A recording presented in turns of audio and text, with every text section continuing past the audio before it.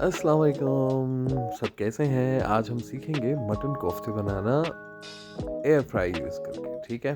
तो आप आधा किलो कीमा ले लें, उसमें आप 2 टीस्पून जो है वो धनिया पाउडर डाल दें, आधा टीस्पून हल्दी और उसके बाद आप आधा ही टीस्पून डालेंगे ज़ीरा पाउडर का। ज़ीरा पाउडर के साथ-साथ आप खड़ा ज़ीरा भी थोड़ा-सा डाल सकते हैं। मैंने यहाँ पे आधे चम्मच से थोड़ा-सा कम डाला है। उसके बाद आप 1.5 टीस्पून के आसपास रेड चिली डाल लें, ठीक है? और आधे चम्मच से थोड़ा-सा कम दादर मिर्च डाल लें, ठीक है? इसमें आप कटा हुआ धनिया और एक सब्ज़ मिर्च को भी कटा हुआ मतलब अच्छे से पीसेस करके आप इसके ऊपर डाल देंगे। अब आप इन सब चीज़ों को जैसे देख रहे हैं वैसा ही करेंगे तो टेस्ट आएगा आपके कोफ्तों में। समझ रहे हैं? अब आपको क्या करना है कि एक अंडा लेना है और पूरा नहीं डालना है। बिल्कुल 3/4 अंडा आपने डालना है क्योंकि आप जब पूरा अंडा डालेंगे तो आधा किलो कीमे में वो ठीक नहीं होगा। ओके, अब आपने आधा चम्मच चाय वाला नमक डालना है और उसके बाद आपने फाइनली चॉप्ड ऑनियंस डालने हैं एंड फाइनली ही चॉप्ड आपको अदरक लहसुन डालना है। ठीक है, ये सब डालने के बाद अपने हाथ यूज़ करके बिस्मिल्लाह कीजिए और मिक्स कीजिए। ऑलराइट, अब आपने इन्हें इतना अच्छे से मिक्स करना है कि सारे मसाले कीमे में मिक्स हो जाएं। जब आपका ऐसा एक सब्सटेंस बन जाए तो अब इसके ऊपर आपने क्या डालना है, गरम मसाला डालना है। ओके, गरम मसाला डालने के बाद बिल्कुल इतना ही टीस्पून में हाफ टी स्पून समझ लीजिए आपने डालना है गरम मसाला और 2 चम्मच आपने इसमें ऑयल डालना है। ठीक है, 2 चम्मच ऑयल चम्मच से ही डालना है। 2 चम्मच डालने के बाद अब आप इसे फिर से अच्छे से मिक्स कर लेंगे। मिक्स करने के बाद आपको इसे 30 मिनट्स फ्रिज में रखना है सेटल होने के लिए। ठीक है, अच्छे से मिक्स करने के बाद इसे फ्रिज में सेटल होने के लिए रख दीजिए। अगर कीमा ठंडा होगा तो फिर उसके कोफ्ते अच्छे बनेंगे। अब आप अच्छे से अपने हाथ को ग्रीस कर लीजिए ऑयल और उसके बाद बिस्मिल्लाह करके कोफ्ते बनाना शुरू कीजिए। अपने हाथ से इसे राउंड राउंड कर सकते हैं जैसे मैं कर रहा हूँ। मैं रिलेटिवली थोड़े से बड़े साइज़ के कर रहा हूँ क्योंकि मुझे थोड़े बड़े साइज़ के कोफ्ते पसंद हैं और आप मीडियम टू बिग साइज़ भी कर सकते हैं। लो जी, आ गया एयर फ्रायर। अब आपने एयर फ्रायर में इन्हें अच्छे से ऑयल से थोड़ा सा ग्रीस करके एयर फ्रायर को 200 डिग्रीज पे 30 मिनट्स के लिए रख देना है। बीच में आपने 10 मिनट बाद अपने एयर फ्रायर को खोल के ऐसे चेक करना है, हिला के कोफ्ते सब सही है और उसके बाद एग्जैक्टली 30 मिनट्स बाद आपके कोफ्ते रेडी हो जाएंगे। बगैर किसी चीज़ को चेक किए आप उन्हें निकाल सकते हैं अपने एयर फ्रायर से। बहुत अच्छे से ये कुक हो जाते हैं। और अब हम इन कोफ्तों के लिए मसाला बनाएंगे। आधा कप ऑयल, ठीक है, आप अपने कढ़ाई या पतीले में ले सकते हैं। एक फाइनली चॉप्ड ऑनियन आप लेके इसे गोल्डन ब्राउन कर लेंगे। याद रखिए ऑनियन तभी डालना है जब ऑयल गर्म हो जाए।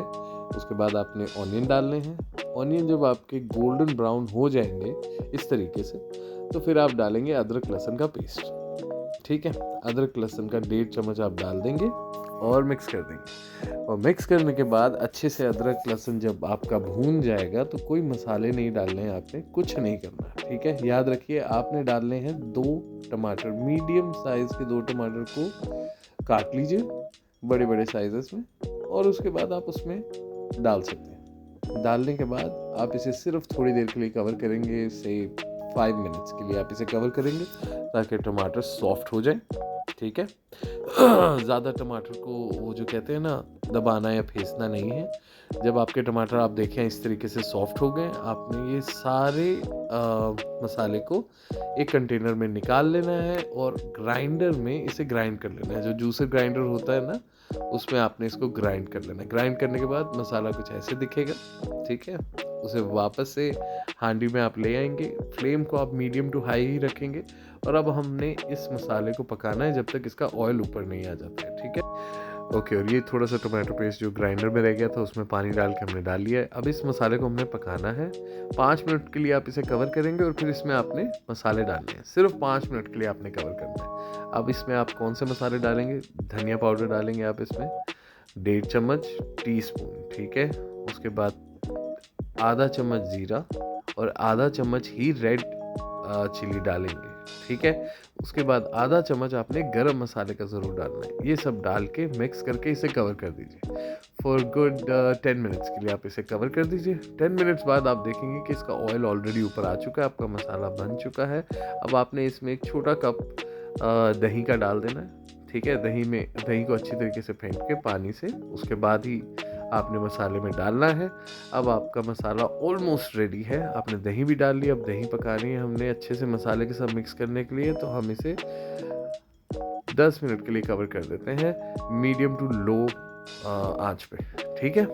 अब जो कोफ्ते रेडी हुए हुए थे वो आपने बिस्मिल्लाह करके बहुत अच्छे से डाल देने हैं। मेरे एयर फ्रायर में मुझे 2 दफ़ा कोफ्ते डालने पड़े क्योंकि मेरे कोफ्ते माशाल्लाह अच्छी क्वांटिटी में बन गए थे।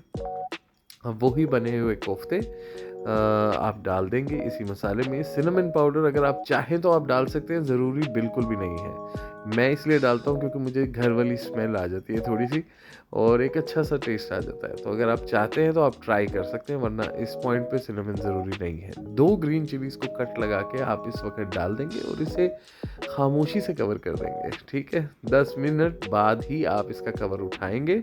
मीडियम टू लो आंच पे आपने कवर रखना है और उसके बाद आपने कवर हटा देना है। इस टाइम पे अगर आप चाहें तो बॉइल्ड एग डाल सकते हैं, ठीक है, क्योंकि लाहौर में अंडे कोफ्ते खाए जाते हैं। तो मैं अंडे प्रेफर करता हूँ लास्ट में डाल दूँ।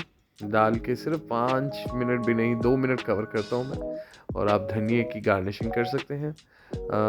धनिया गार्निश करने के बाद आप इसे 2 मिनट कवर करके हटाएंगे और थोड़ा सा चम्मच हिलाएंगे और आपकी डिश आउट होने के लिए रेडी है। ये है इसकी फाइनल लुक। एंड यकीन कीजिए कि खाने में ये बहुत अच्छे लगते हैं। कुछ लोग लेमन भी डाल देते हैं, लेकिन पूरे सालन में लेमन डालना मैं तो नहीं कहूँगा। अगर आपको अलग से डालना है तो आप डाल सकते हैं, ठीक है। ये हम तोड़ के भी आपको दिखा देते हैं। और ऐसी ही टेस्टी रेसिपीज़ के लिए डू सब्सक्राइब। बहुत शुक्रिया, अपना बहुत ख्याल रखिए। अल्लाह हाफ़िज़।